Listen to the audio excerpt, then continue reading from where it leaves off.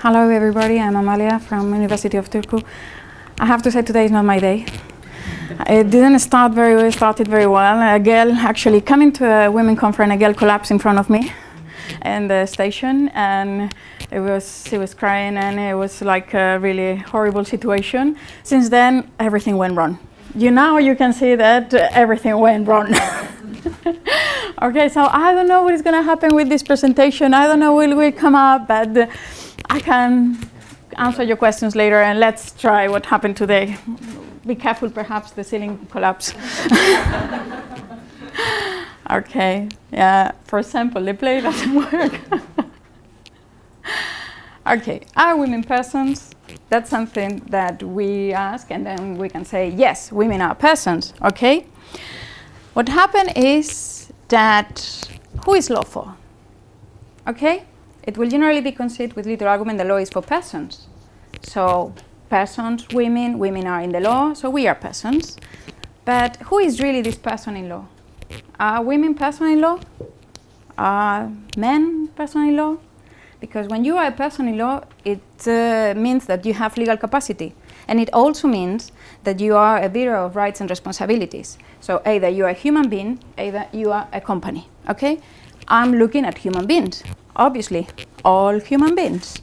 And we have all type of human beings there.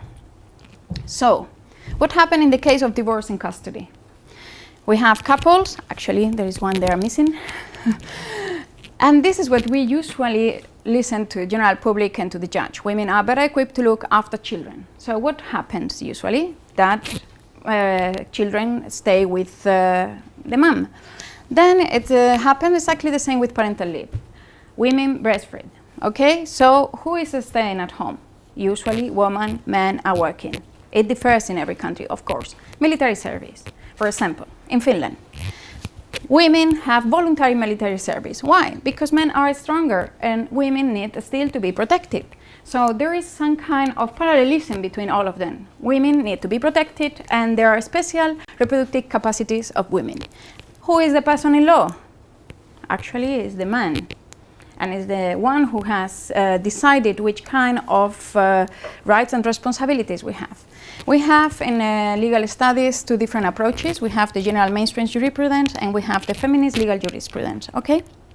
So, law as we know it now comes from the general mainstream jurisprudence. Persons is opposite to human being, and slave foreigners or women, they were property, and they were not considered as person. Then we have the feminist legal jurisprudence that actually focus on women and how the person and the law is sex, okay? Because what they say is that men are the ones who are there in law. So, from a feminist perspective, what we want to know is in which way law sex its subjects and exactly find out the moment when this happens. This is complicated, and especially very complicated to explain it in 10 minutes, as you can imagine. Because there is a construction process, and there is a construction process of the person, okay? Be aware, I'm not saying nothing about the human being. So in this construction process, I'm reviewing all these parts. I'm actually going through history, and the first thing I found is that we have to go to the Greeks, because they are the ones who started everything. And they refer to the prosopon, which means the person mask. The person in law was the personae, the legal concept.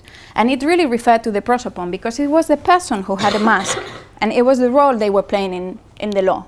So there is really a process in which the person mask becomes, oops, I touch. Yeah. The person, well, but it's good because then I can, the person mask became actually the human being, okay? So, we go to Plato and Aristoteles. We have the matter and we have the form. Are you familiar with this? Then I stop. Are you familiar with this? No? Okay.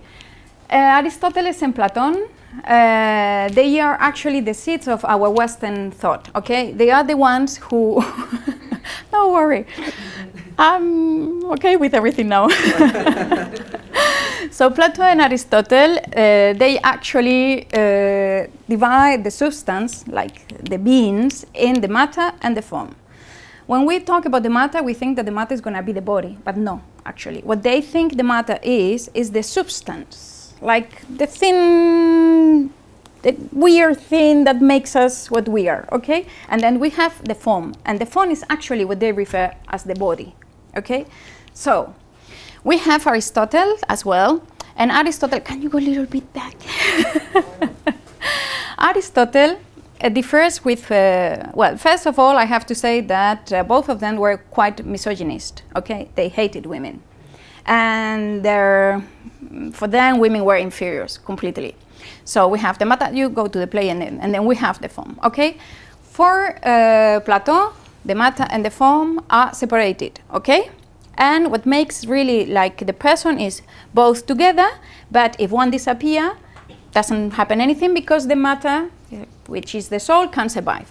For Aristotle, the things are completely different. The matter, the form, the substance, okay? But what happened? With him is very clear, it's really very clear. He always says that women are inferior to men. So what he takes into account is the form and the body. And he takes into account actually the reproductive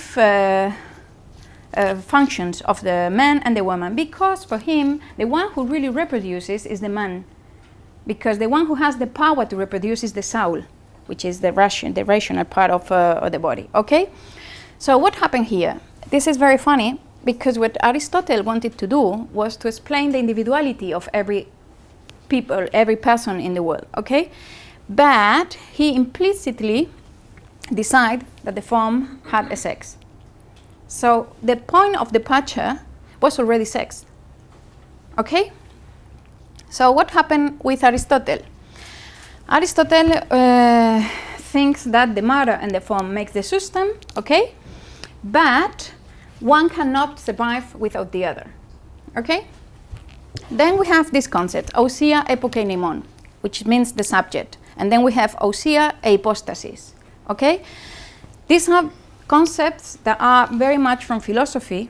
I'm a lawyer, even if you don't believe it.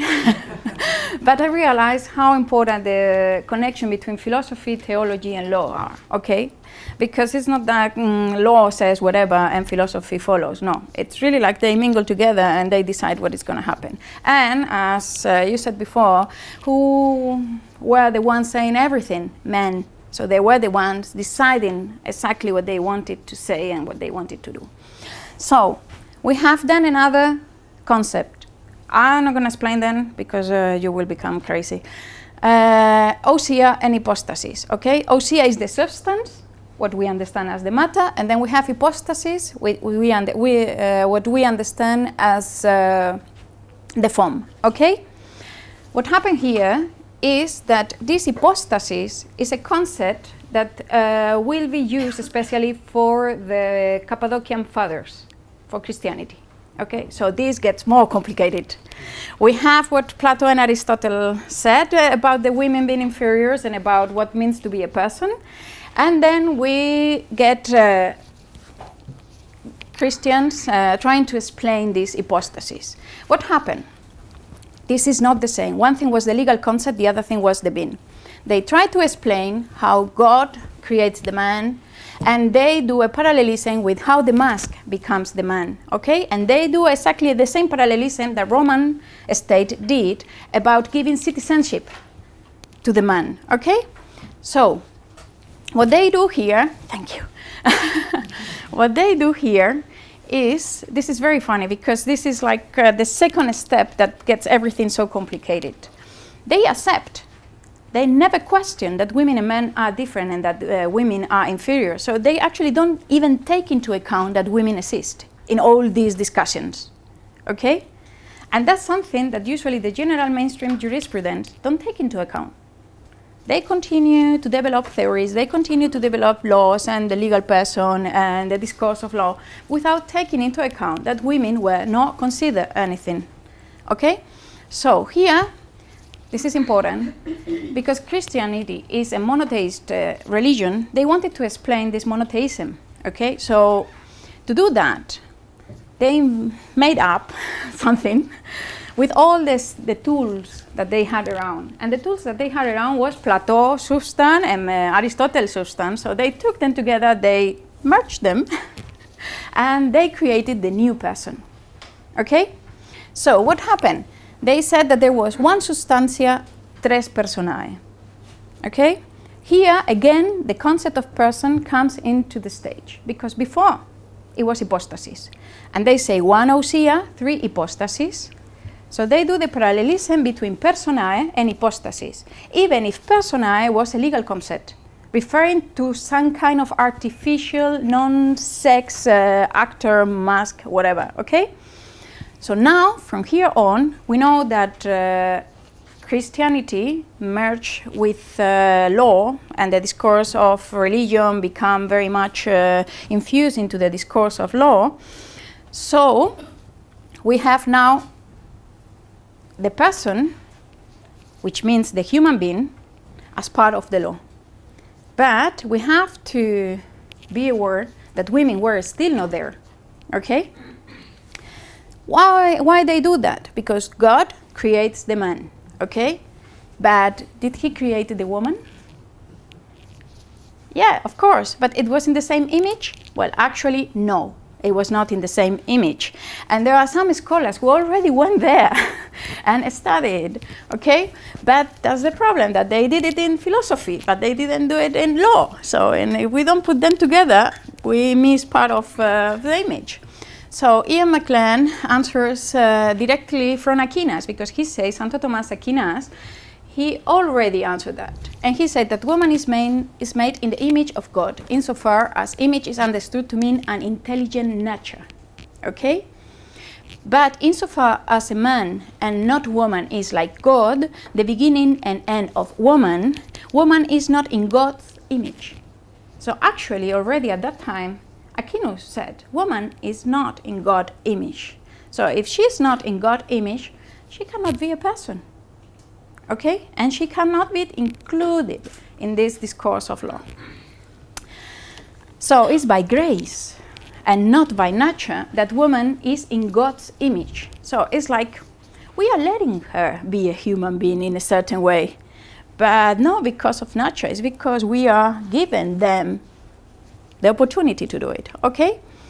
So here now we have the human being parallelism with person, but at the end what happened is that women still are not included, and still nobody question this sexism in the person, or this sexism in the different types of human beings, okay? Next, and I'm finishing, this is the process of secularization, because Boethius came after Santo Tomás, after Plato and Aristotle, and he gave all the power to reason, okay?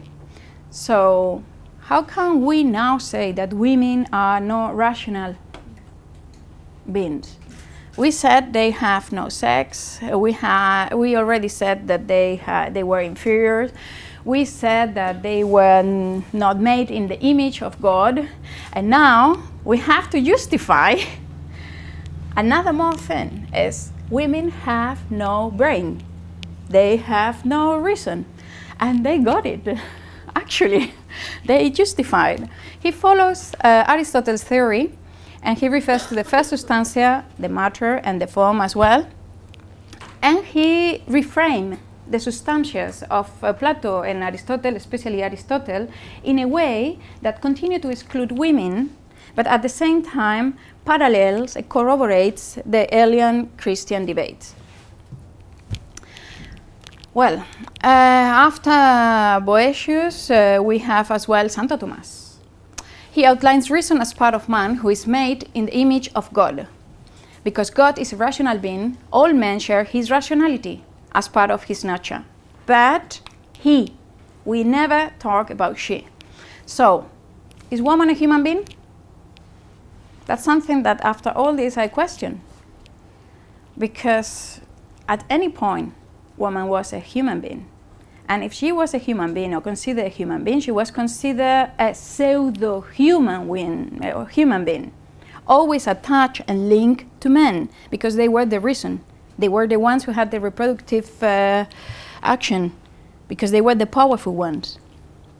Okay, so Ian McLean again, he established two different moments. One, when women are depicted as defective or incomplete compared to males, and then the second, when women are considered to be human but of a different category. So, women are inferior to men, and when they are transposed as legal persons to the law, they are not transposed as human beings or as equals. And the problem is that when this transposition happens, it brings with it some kind of characteristics that are going to be important, for the modern law and for the modern person of law, which means individuality and equality. And as we can see here, even if they are referring to individuality and equality, it's not about all equals, it's about men equals and women apart. So when they get into the law in the modern era, they get in a different status than men. And they always are represented and depicted in law as women, as the inferior. Okay? So, this is one I love. Man has a greater dignity in principando, and he possesses auctoritas in praesidendo. So man is equal to women, but he rules and the woman obeys. Okay? So this is mainly the thing I wanted to explain. I wanted to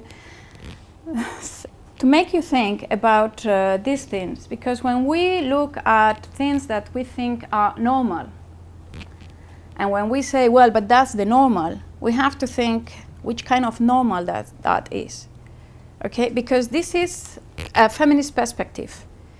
But I was studying this from the non-binary approach to sex.